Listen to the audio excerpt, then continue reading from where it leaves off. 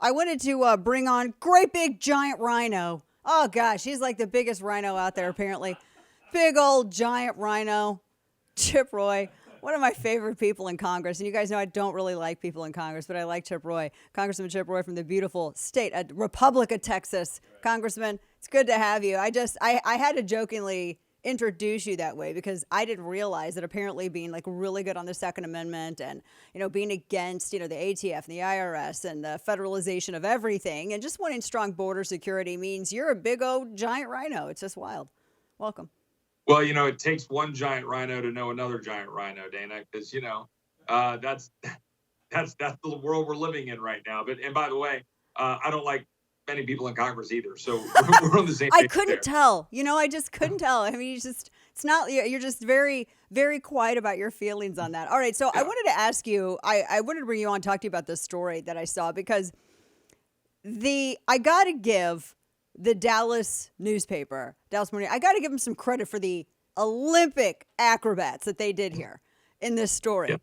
So the headline, get this, because this is all about border security for anyone who was not following the story. It says, Texas Republicans who denounced defund the police, well, they're now threatening to defund Homeland Security. Now, this is all about making sure that there is money in the upcoming budget battle, in the budget that you're going to be fighting over when you go back to Congress, for border security. And for some reason, they're trying to say this is the same thing as defund the police. Talk to us about this. Well, it's absurd. And to be clear, they didn't reach out to my office for comment before they wrote that story. We've been given a little grief for that, and we'll pound them with a letter to the editor on it. But look, all we're trying to do is use the power of the purse, which the founders gave us, which James Madison wrote in Federalist 58. It was very clear. House of Representatives, we control the purse strings. And that's how you check an out-of-control Biden administration. Right. Now, the Dallas Morning News may love every policy of the Biden administration. No doubt they do. But to disingenuously say that, we're somehow hypocritical because we were criticizing them for actually cutting police funding, as they did in Austin, $150 million, cut, gone, killing the police academy, killing our recruiting, killing our police force, causing crime to go up. And what we're saying is, of course, we want to have the proper level of funding to secure the border. We're all for it. But what we don't want to do is keep giving a check to Alejandro Mayorkas to not carry out his duty to secure the border. He's basically running a processing organization. That's not what he's supposed to do. Not basically, he is. So why would I give him a blank check to keep doing that? And it's amazing in this piece, and you mentioned Mayorkas, the New York Times had done and to their credit, they actually did a decent piece on this. They did a huge investigative story on Alejandro Mayorkas and what he was doing with these third-party government contractors and in telling them that they have to process these kids brought over illegally, minors, not like, 20-year-olds pretending to be 15-year-olds, but actually like little kids brought over illegally. And they were processing them so fast that these third-party contractors that were talking to the New York Times said, we actually couldn't vet where they were going. We couldn't make sure that they were going to someplace safe that wasn't going to introduce them to child trafficking. And wouldn't you know it, last month, the story comes out, a bunch of kids were found being trafficked, not just for labor, but also sexual trafficking as well. These are all kids that went through the Mayorkas, Henry Ford conveyor belt thing. Nothing in this piece about that. No, of course not. And look, you're right there in South Lake, right there with Dallas and Fort Worth. In Fort Worth, Texas, a federal judge there, Reed O'Connor, upward departed the guideline because he was so horrified by the fact that you had employees of a cartel in Fort Worth who had detained a mom and a daughter in a stash house there, holding the little girl and her mom for ransom over the head of a guy who came here illegally, wanted a better way of life. He was in Baltimore. He paid his money to come to the United States. He paid his money for them, but they wanted another $23,000 or they were going to rape his daughter. That's what's happening in supposedly the greatest country and the safest and most secure country in the history of the world. And it's wrong. And as Christians, we should be horrified at the dead American fentanyl poisonings, horrified at the dead migrants along the border and dying in trucks and in heat, and horrified at the little girls and boys, mostly girls, getting sold into the sex trafficking trade, as we saw presented, obviously, in The Sound of Freedom, but much bigger than that, about what we're seeing in the United States. So we have an obligation to stop that. And look, this administration is at war with the people of Texas. Greg Abbott, they're suing Abbott to stop the deployment of buoys and to do what they're trying to do to stop the tide and stem the flow.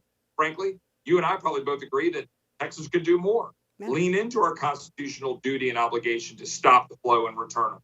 But the governor and DPS, we've spent $10 billion doing the job of the federal government. Now they want to stop that. They're literally at war with our way of life, our security, our safety, and our prosperity.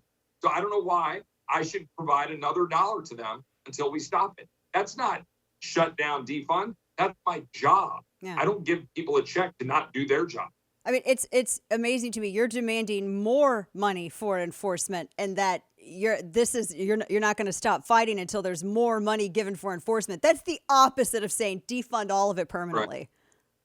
Well, and that's right. Although I want to be very clear, I'm for more money if it's being used for security. Right. I'm for using those dollars to actually do your job. So I'd love to have some more resources for Border Patrol who have been getting overrun. But I don't want to give them more resources to process more people. I want to give them more resources to police the border and stop releasing people via the CBP One app, which now we've had. Look, we're going to have 200,000 encounters this month on top of the releases through the app and on top of the folks who are getting away through Gotaway.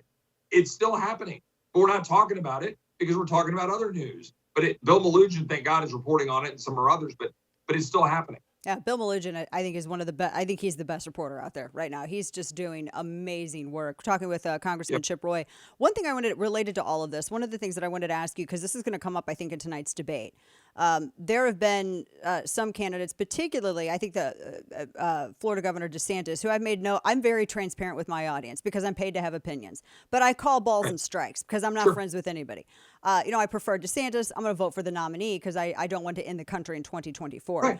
He had said something about treating the cartels, and you've spoken about this, as terrorist organizations. Sure. Explain to people, because I've had a lot of people ask me about this. They're like, well, what is that? What would that allow the United States to do? And how would it help either stem the tide of either drugs or, human trafficking across the border? How does that work in the whole scenario? Yeah, right now in our country, we do not have what I would call is a whole of government approach for targeting cartels like we do terrorist organizations like, for example, an Al-Qaeda, right?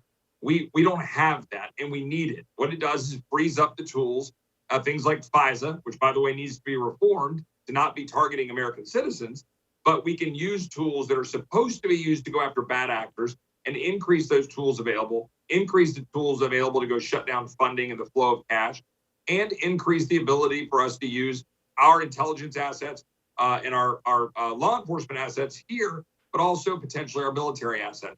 We need a whole of government approach to target the cartels as the threat that they are to our national security, our well-being.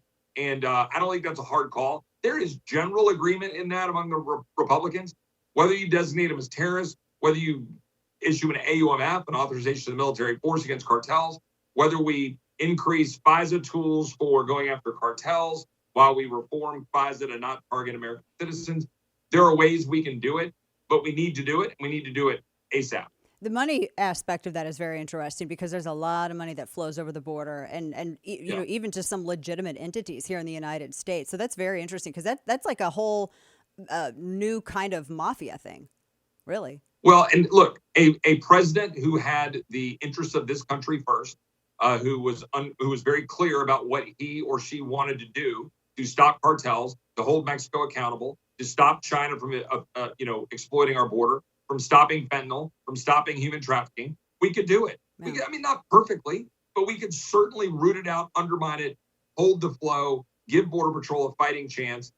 We could increase the ability to prosecute criminals who move fentanyl and human trafficking, stiffen the penalties, have a coordinated approach with local law enforcement. Governor DeSantis gets that.